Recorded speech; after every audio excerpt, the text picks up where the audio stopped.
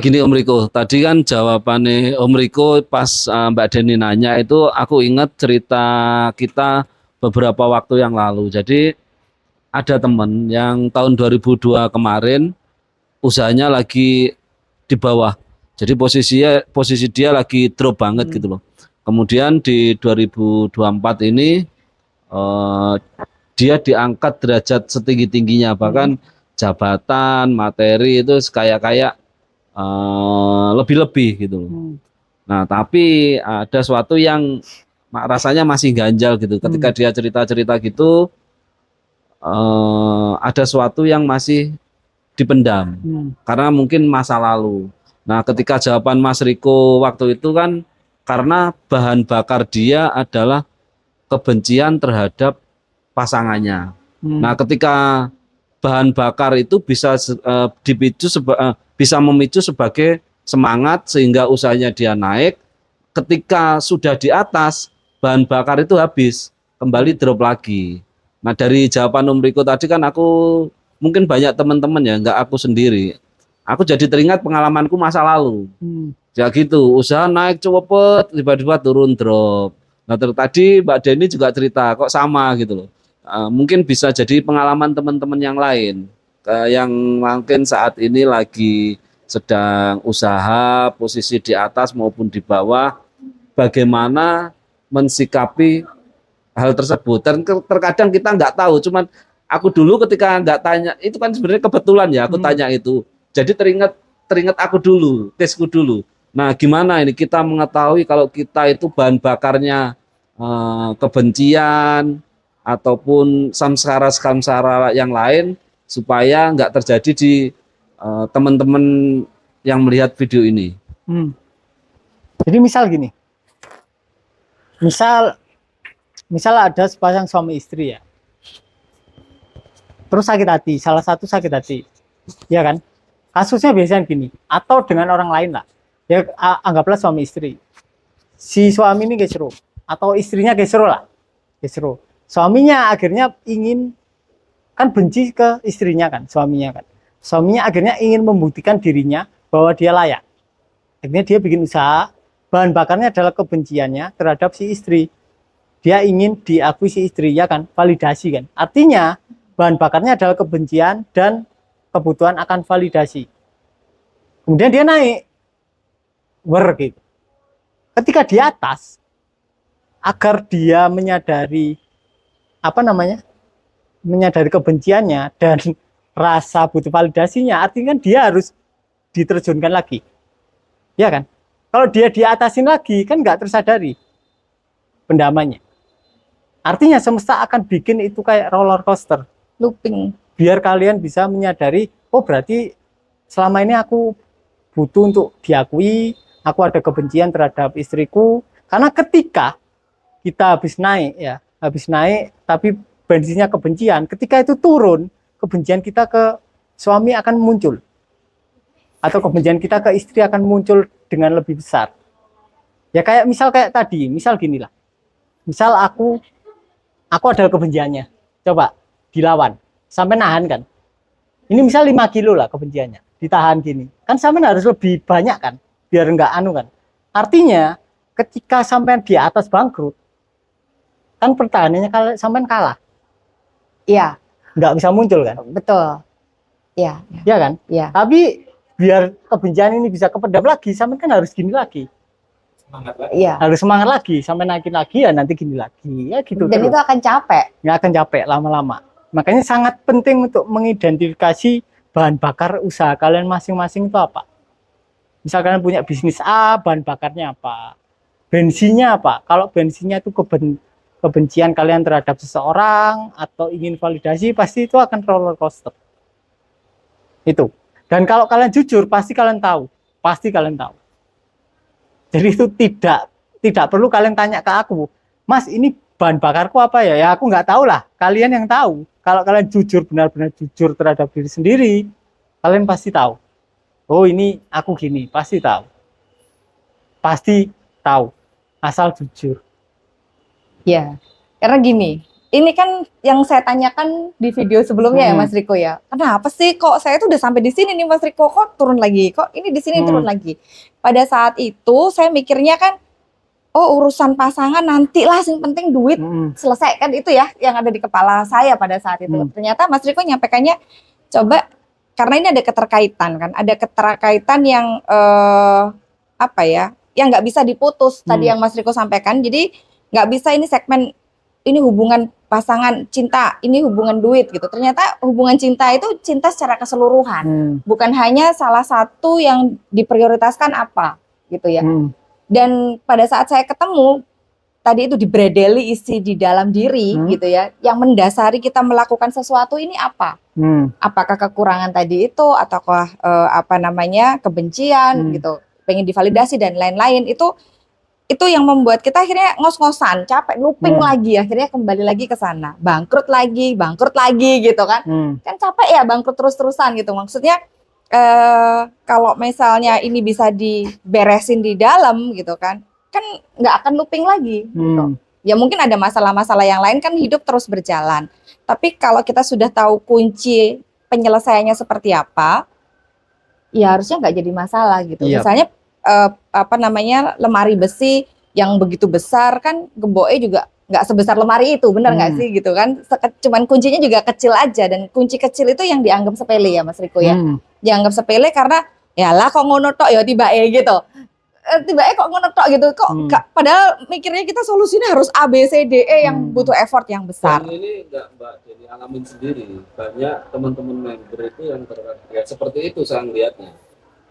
Ya, jawabannya itu. Kemarin saya pertanyaan saya itu kan sudah sampai tak berdeli gitu dari jawabannya Mas Riko ya. Ternyata ya di luar itu terjadinya karena balik lagi. Di dalam itu diberesin samskaranya itu kita yang sendiri yang mencari. Kalau di luar kita kan masih bisa kamuflase ya Mas Riko ya. Oh enggak, saya enggak begini, saya enggak begitu, pengen dianggap baik di luar. Tapi kalau di dalam buat apa gitu, kalau itu tidak akan menyelesaikan apa-apa.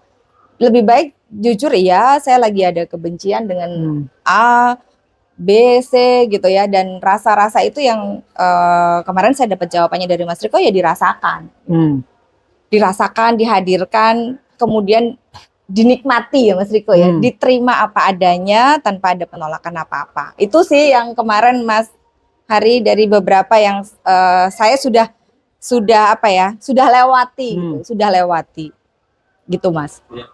Jadi buat teman-teman, baik itu yang ini sharing aja ya, baik yang masih muda ataupun yang sudah saat ini sudah dewasa ya. Jadi itu buat pengalaman teman-teman semua. Saya baru sadar kejadian ini itu sebenarnya pas kalau nggak salah SMA, pas masih SMA. Jadi kan lama banget gitu. Tapi memicu sampai saat ini gitu. Kita SMA kerja, kemudian kira-kira berapa tahun kalau kita nggak sadar ke belakang ada samskara apa, ya itu akan berimbas pada kehidupan saat ini. Betul itu Enrico ya? Betul.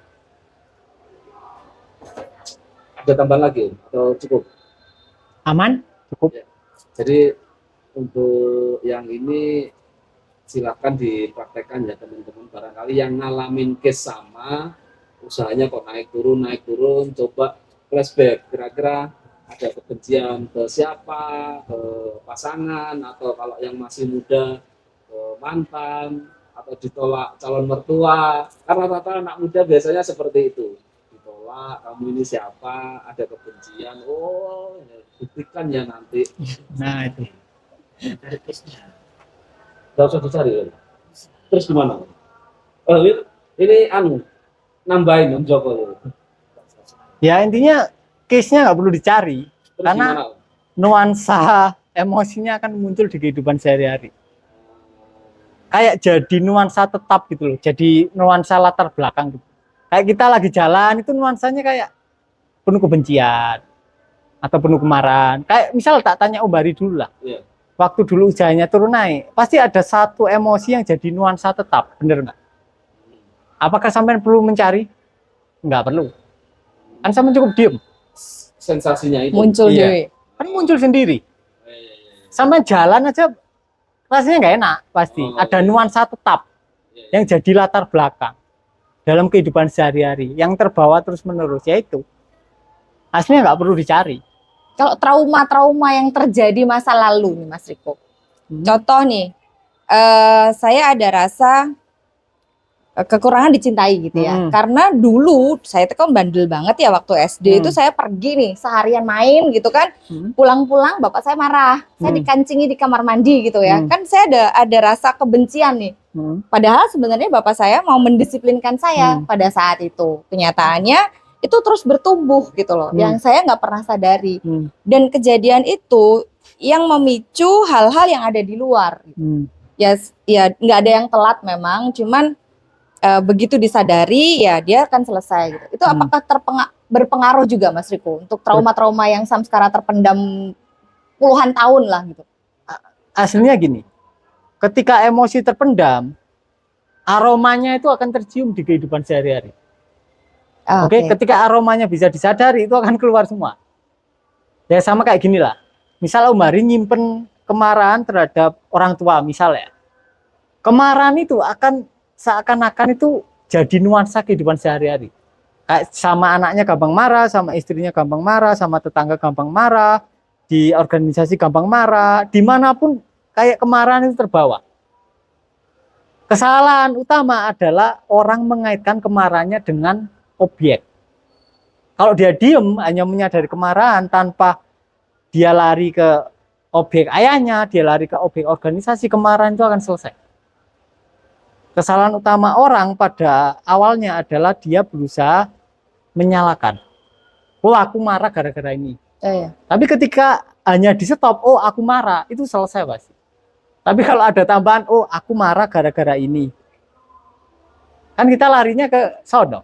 Berarti kita membentuk karangan cerita di kepala lagi. Lari, pasti lari. Identifikasinya itu nggak perlu dicari tahu, cukup tidak perlu sensasi ini aku lagi marah itu cukup sampai di situ cukup aja. Sampai di situ.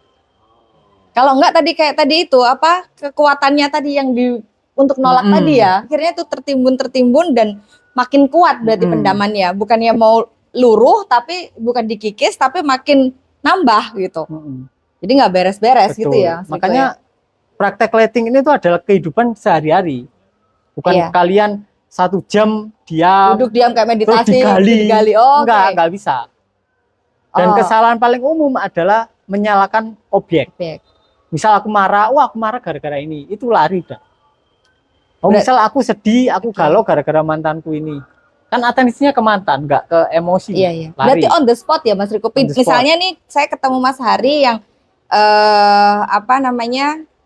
nggak menurut Mas Hari itu nggak apa-apa kayak Mas Riko yang bilang itu ada orang yang klakson. Yang satu nggak masalah kok kedengeran klakson, yang satunya kenapa emosi ya gitu. Itu kan kejadiannya kan sama ya. Artinya pada saat on the spot itu bagaimana kita menyadari sensasi yang terjadi pada saat itu gitu. Jadi kita nggak perlu nyari-nyari yang dulu-dulu ya opo gitu kan, nggak perlu. Tapi itu bakalan dihadirkan gitu kan. Kalau ada yang nggak beres di dalam diri, semesta akan menghadirkan itu di depan kita. Dan pada saat at the time itu bagaimana reaksi kita gitu ya. Pada saat kita tidak bereaksi apa-apa, artinya kita masuk lagi ke dalam letting in itu tadi ya udah selesai gitu. Betul. Ya Mas Riko. Ya sama kayak gini. Misal ada 5 orang beda ya. Yang satu pendamannya marah, satunya sedih, satunya benci, satunya takut, satunya nggak ada pendaman. Ketika diklakson itu responnya akan beda-beda. Oke, yang satu akan marah, yang satu akan sedih ya mungkin karena habis diselingkuhin terus-menerus sedih, dia diklakson sedih. Yang satunya diklakson benci. Satunya diklakson dia takut. Karena dia punya trauma kecelakaan terus dengar klakson. Kan beda, responnya beda-beda dan tidak perlu digali. Itu akan muncul dalam kehidupan sehari-hari. Iya. Ada yang punya pengalaman diselingkuhin. Nonton film orang selingkuh aja rasanya berdedek gitu ya rasanya ya. Padahal cuma lihat film gitu. Nah, itu kan semesta itu menghadirkan sesuatu itu karena kebutuhannya kita berarti ya. Karena masih ada sesuatu yang harus diselesaikan di dalam. Sama kayak kasusnya debatnya presiden dulu. Yang Pak Prabowo dibully. Beberapa orang nangis. Beberapa orang ketawa. Beberapa orang biasa aja. Apakah salahnya tayangan TV ya enggak. Ya. Yang nangis ya karena ada pendaman emosi kesedihan. Yang enggak nangis bahagia ya berarti pendamannya enggak ada, bahagia. Netral aja Yang dia. dendam ya berarti ada pendaman dendam. Yang benci ada pendaman benci. Meskipun dia nggak ada urusan sama Pak Prabowo Enggak gitu ada ya. urusan, enggak kenal, mereka itu enggak kenal. Mereka cuma bahkan mereka kemungkinan besar enggak lihat debatnya langsung. Mereka lihat di TikTok dan itu nangis. Aneh. Bagi mereka aneh, tapi bagi yang punya pendaman kesedihan ya enggak aneh. Apapun akan bisa merangsang pendaman kesedihannya untuk muncul.